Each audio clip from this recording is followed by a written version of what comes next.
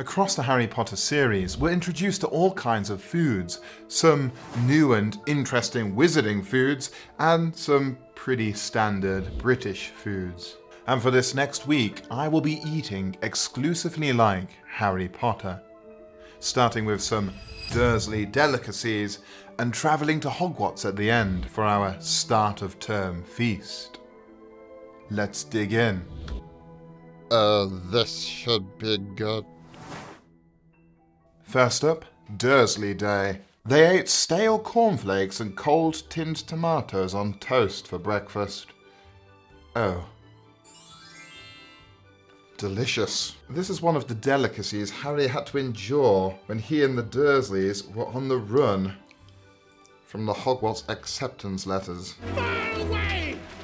Where they can't find us! These are alright, but I'm not looking forward to cold tomatoes on toast. I'm sure Dudley would have been very displeased with his breakfast that day. On to the tomatoes. Ooh. Oh dear, what have I got myself into? Oh, that was soaking. Did they really not have a can of beans? This is a miserable breakfast. I think I'm going to try and avoid some of the soggier parts and just enjoy my toast.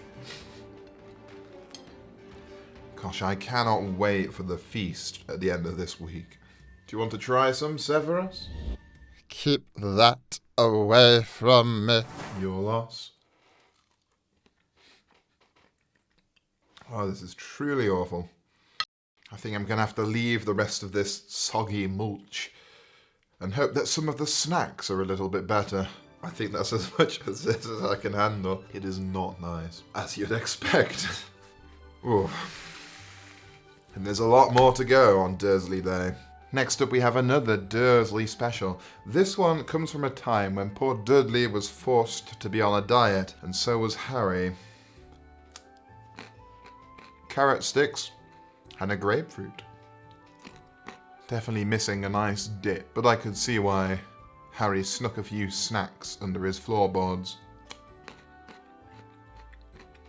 I'll leave these carrots for a moment and get started on this grapefruit.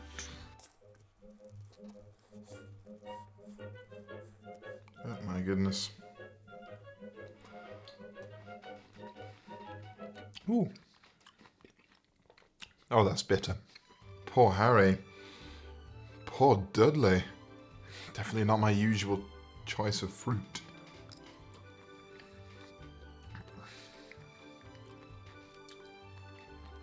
How Dudley was able to go for more, I do not know. For lunch, we have bread and cheese, probably a staple for Harry while he was living at the Dursleys. He had to have this when he was shut in his room, hidden away from the Masons.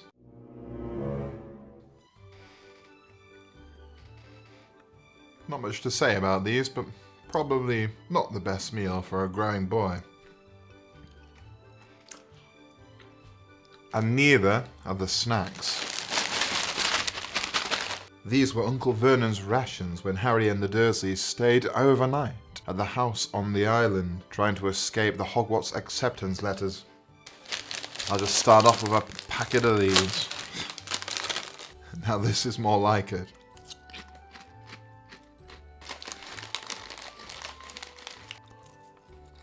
Gosh, these must have been a wonderful treat for Harry.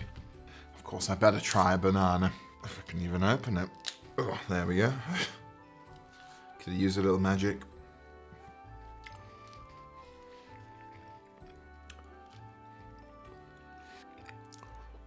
Shame I don't have a house elf to take all of this away. And last for today, we have Dursley dinner. Cold vegetable soup. Ooh. It smells. It'd probably be good if it wasn't cold. Just like Harry had to have when he was confined to his room. Ooh. Expected it to be worse. Maybe the Dursleys weren't so bad to him after all. Maybe I'm giving them a bit too much credit. Oh. Yeah, the more I eat, the worse it gets. It's just when you get a big cold block of vegetable in your mouth. It's not great. But the flavours are nice. Ooh. I'll have to see what Professor Snape thinks of this. Yeah. I may vomit.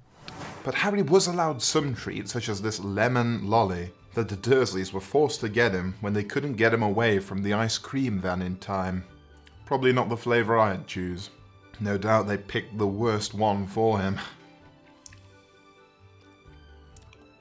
That's been day one of the challenge, and I cannot wait for the feast that's going to come at the end.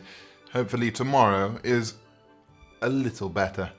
I'm going to go away and finish this, and Snape has to stream. See you in the morning. Good morning. Dursley Day is finally over, and now it is the Hagrid themed day, and we'll be starting off with the first thing we ever see Hagrid cook. Sizzling sausages and a pot of tea.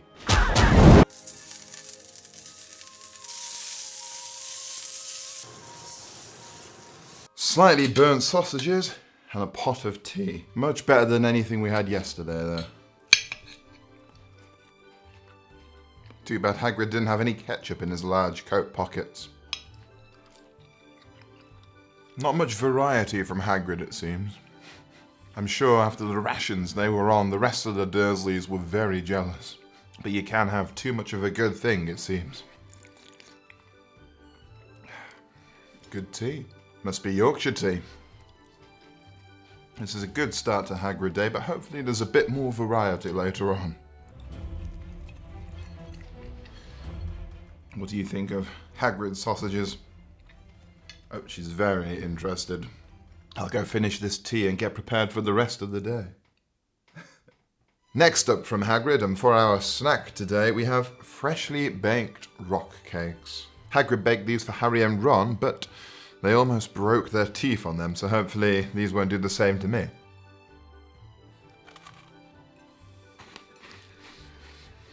Not the best baked goods I've ever tried, but not the worst either.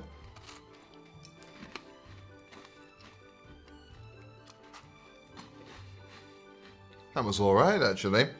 I think Hagrid might have taken the rock aspect of rock cake a little bit too far. I think I'll save the rest of these for later. Next today, in celebration of Hagrid freeing Harry from the Dursleys, we have a hamburger. Yep, that's right. Harry and Hagrid both enjoyed hamburgers after their amazing day on Diagon Alley. Hello there, I'm afraid this isn't for you. Nope, this is not for you. Maybe I just put this one on because I wanted a hamburger. But it's very at odds with the rest of the food that they eat during the saga, isn't it?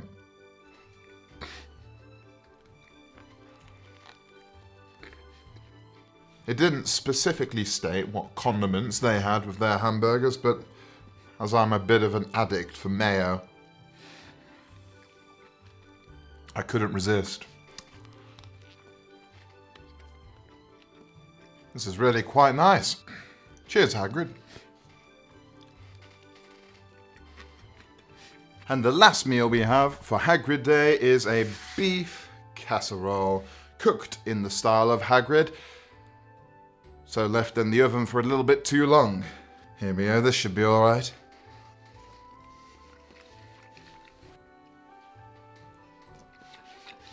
Not too shabby, Hagrid.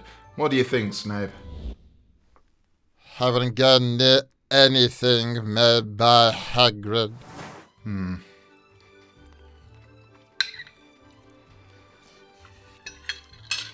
Not bad at all, but I'm just lucky I didn't find a talon in mine like Hermione found in hers. And I'm still looking forward to that feast at the end. And to end Hagrid Day, which has been a far better day than Dursley Day, we have a recipe maybe of Hagrid's own devising, treacle fudge. Let's give it a try. Not the most solid fudge, but it tastes alright.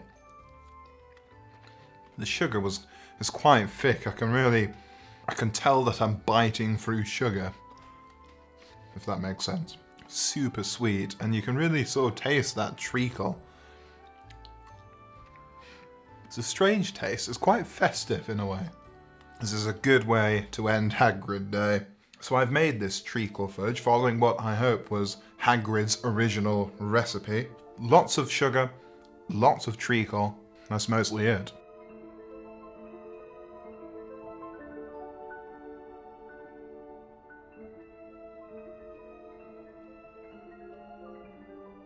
I should probably put this away before I eat it, or maybe just one more though first. Just the one. I'm not feeling nearly as hungry as I did at the end of Dursley Day yesterday. But I might just have one more rock cake after this. And I'll see you in the morning. I should probably just have this one. Anything off the trolley, dears? Today has been inspired by Harry's first journey on the Hogwarts Express, and all the snacks he acquired from the trolley lady. What she did have were Bertie Bott's every flavour beans, Drooble's best blowing gum, chocolate frogs, pumpkin pasties, cauldron cakes, licorice wands, and a number of other strange things Harry had never seen in his life. And of course, Harry's first journey on the Hogwarts Express wouldn't be complete without Ron's corned beef sandwiches. I'm all set. It took a long time to prepare all this stuff. It's already evening. I haven't eaten, and this is everything. Let's get to work. Starting off, of course, with the only savoury thing I've got here. Ron's sandwiches. When you haven't eaten anything yet today, these are brilliant. Mrs. Weasley did a good job with those. But next up, one of the pumpkin pasties. I'm a little bit worried about this because I baked these myself. Oh gosh.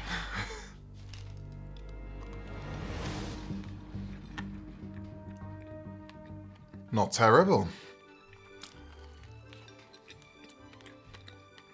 Very messy. I went overboard on the decorations. These are all right. I'm very pleasantly surprised. Very, very sweet. Probably to sort of offset the taste of the pumpkin a little bit. But I can see why the Wizarding World liked these so much. I wonder if Hagrid's selling pumpkins to honeydukes on the side. Next up, one of my cauldron cakes. There was a lot more of these, but unfortunately I sat on the rest. Worst bit is, that wasn't a joke.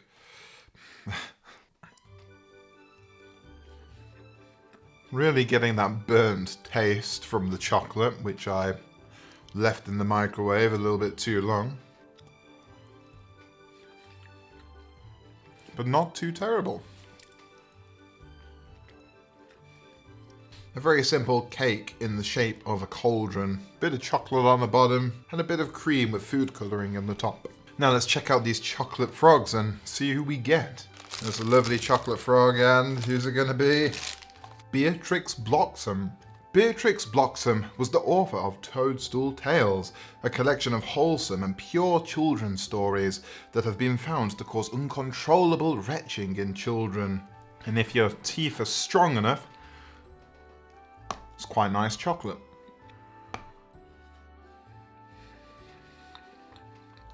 Up next, licorice wands. Yep, that's definitely licorice.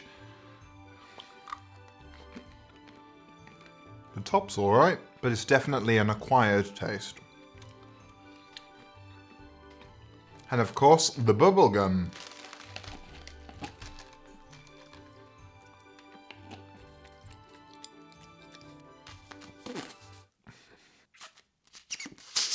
Oh, yep, I'm not very good at that. And representing all the other assorted bits and bobs, pick and mix. How Harry can identify a pumpkin pasty at first sight, but not a gummy snake, I don't know. Lastly, and most famously of all, Bertie Bott's every flavour beans. Not bad. Bubblegum. We'll tempt fate. Go for one more.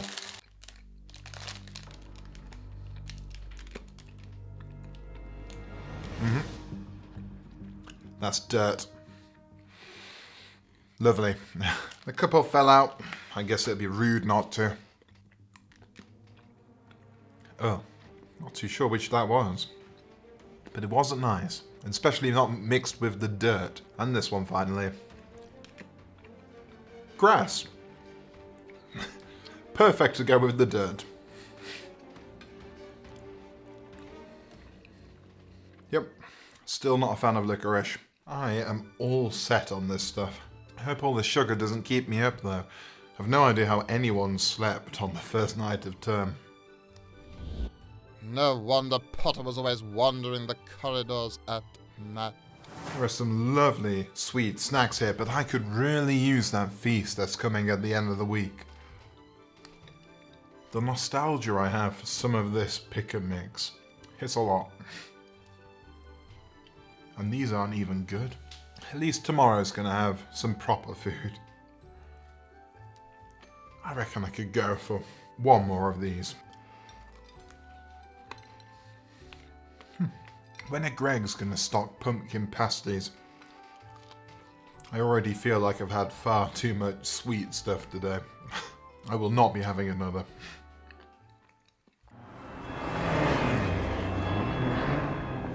Today is Weasley Day and we'll be honouring some of the meals made by Molly Weasley.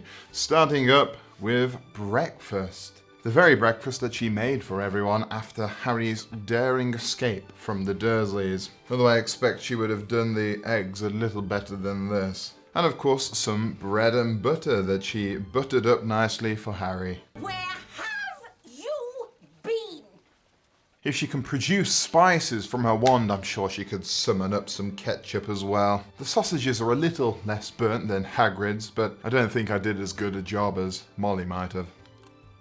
Some might say I did this challenge just as an excuse to have a full breakfast. And they'd be right. I don't think Molly would be too impressed by my attempt, but I had a good go at it.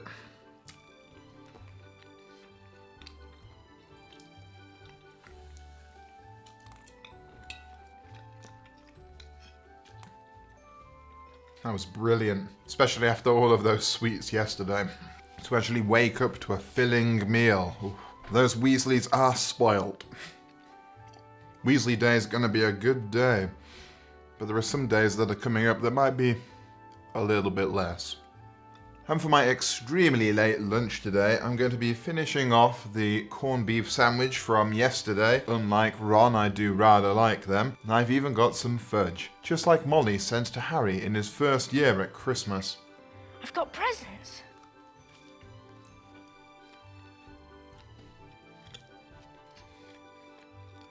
Still good. And the fudge. Fortunately, neither I nor Hagrid made this. And for tea today we have another Molly Weasley special. A chicken and ham pie with potatoes. Just like Harry had when he was staying at the Weasleys in Goblet of Fire. All still quite hot. Let's crack open this pie.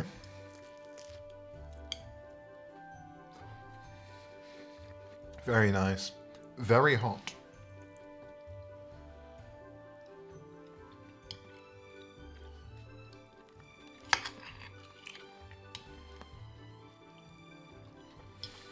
It must have been a brilliant change to go from all the stale foods Harry was eating at the Dursleys to eating something much nicer like this. And I'm sure Molly Weasley would have thrown in all of the veg he needed.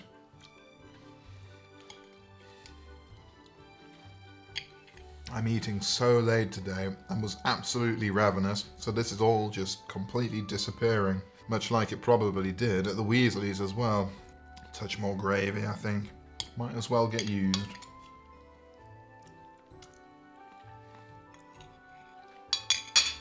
That was very good. I may have eaten it a bit too quick though.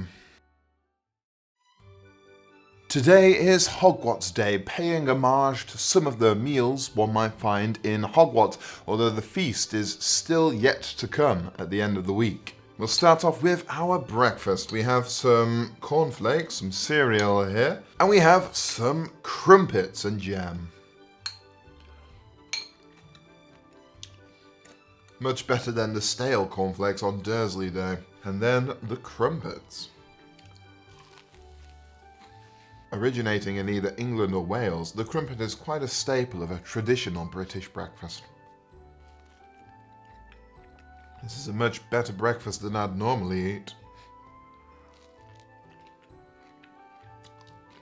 Very good. And of course that breakfast would not be complete without a nice cup of tea.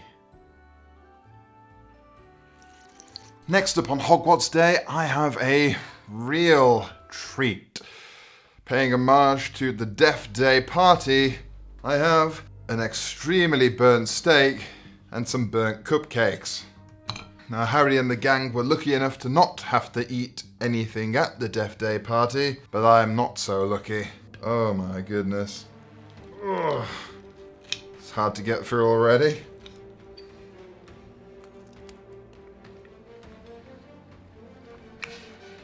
That is very past well done. Now, the food at Nearly Headless Nick's Death Day party was all extremely rotten and burnt, so when the ghosts flew through it, they could get a taste of it. Obviously, this isn't rotten, otherwise I'll be very ill, but it is burnt to a crisp, and it doesn't really help with the flavour. I think if I asked the cook to do this to a steak at a restaurant, they'd throw me out.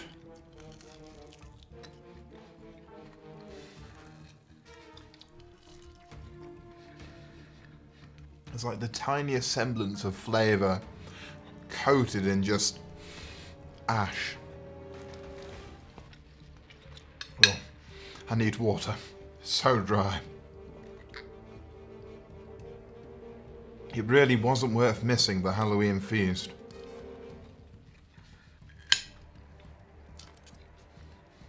This has been quite a struggle. Just 2 days to go to that feast, though. But tomorrow's going to be a tricky one first. Onto the cakes. Completely burnt into their casings. These are harder than Hagrid's rock cakes. It's the slightest tinge of flavour. This is what it must be like to be a ghost.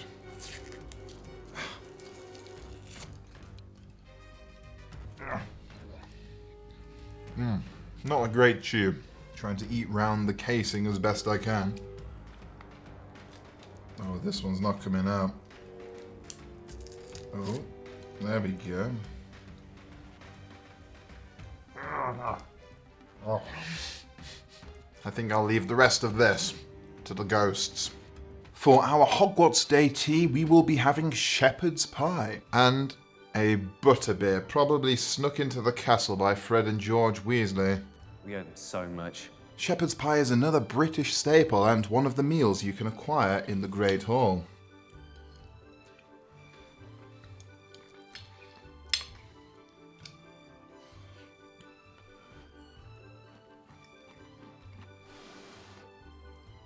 I might have to ask the house elves to let it cool a little bit next time. Harry had shepherd's pie at Hogwarts at least twice, once in his second year and once in his fifth.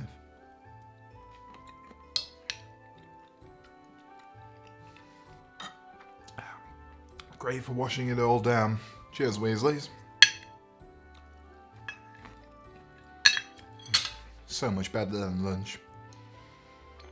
And to finish off the brilliant Hogwarts Day, a lovely apple pie straight from the house elves in the kitchens. Delicious. Harry and Ron enjoyed a nice apple pie after charms in their third year, which must have been especially nice considering they were just practicing the cheering charm.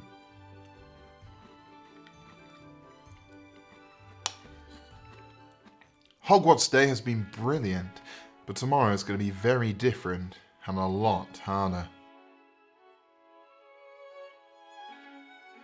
out of Hogwarts and on the run. Today's meals will be based on the food that the trio had to eat during the Deathly Hallows, specifically when they were on the run after leaving Grimmauld Place. First up, we have breakfast. We have here some mushrooms that the trio had to collect from the wilderness, and then we have scrambled egg and bread. They had to steal the eggs and bread from a nearby farm when they were camping out. I've always liked scrambled eggs, so this isn't so bad, but some of the meals coming up won't be as nice. Hey there, you. Eh? What do you think of this? Eh? You're not a fan? Not enough meat for you, is there? Ooh. Don't think you'll like this. Oh, I don't know why you're so excited. You're not having any mushrooms. There. No. Oh my goodness. Oh my goodness. What are you like? Why do you want mushrooms? Hey, you cheeky. I was about to say this is very bland, but looks like she likes it. He'll keep you going, even if it's not the most fantastic meal. No. You're not having this one either.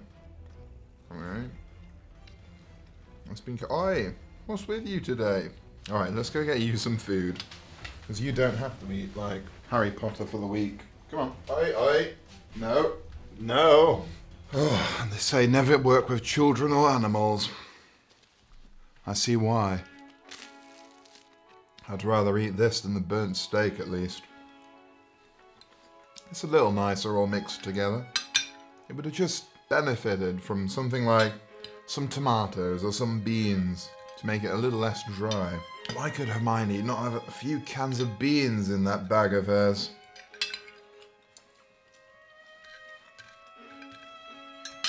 That wasn't so bad. Now I just wait and see what lunch brings. The next meal we have is berries. Just like the berries the trio had to survive on after leaving Grimmauld Place and going on the run. I don't know how filling this is going to be. Well, the raspberries are great, but the blackberries are quite bitter. Not sure if they're meant to be just munched on like this. Excuse me? How rude. Do you feel like some berries? No. But you'll steal my mushrooms though, won't you? It's a wonder Hermione was so prepared with the tent and the spare clothes and such, yet never paid any thought to food. Get a few cans of soup in there, some tinned fish maybe. They must have got pretty hungry to be devouring these. This one really wants her next meal as well. I bet you don't want any berries there, do you? She's getting hair all over my berries.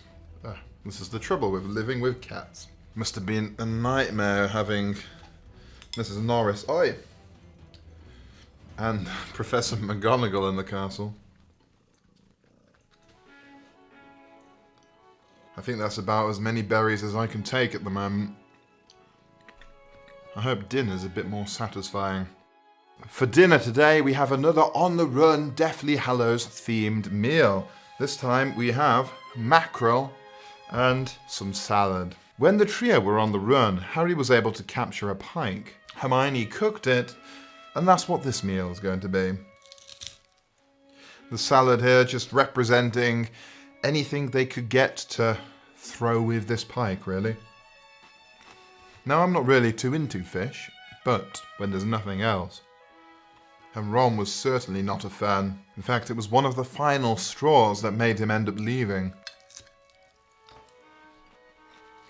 I'm sure Hermione did the best she could when Harry and Ron were mucking around in the forest dueling. But it makes you wonder why they didn't just sneak into a Muggle restaurant, use the Confundus charm on the waiters, and have a nice meal there. There can't be Death Eaters waiting in every restaurant.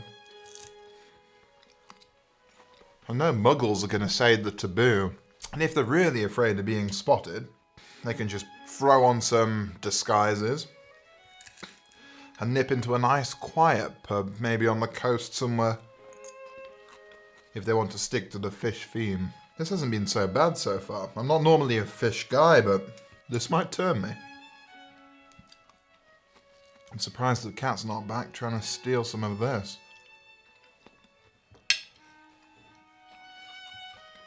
Could be quite nice. Imagine sitting in a nice tent with a fire warming you, with your two best friends eating some pike, with a Horcrux there whispering evil thoughts into your mind, all the while knowing that a dark lord and his hundreds of servants are hunting you down so they can kill you. Maybe not. This has been much nicer than I thought it would be, but I'm just lucky I didn't have to go out and catch it myself. And now my time of being on the run is over. And tomorrow is the feast. And here we are at the end of our week of eating, just like Harry Potter, and we finally made it to the feast. But fortunately, I brought some friends to help me eat it. He had never seen so many things he liked to eat on one table. Roast beef, roast chicken, pork chops, lamb chops, sausages, bacon and steak, boiled potatoes, roast potatoes, chips, Yorkshire puddings, peas, carrots, gravy, ketchup, and for some strange reason, mint humbugs.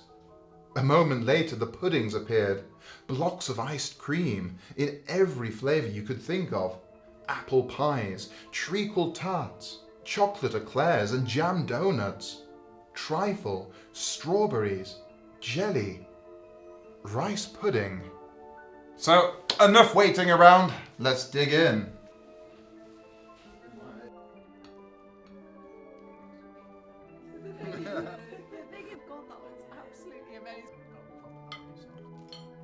Let's act like we're having fun, Tom.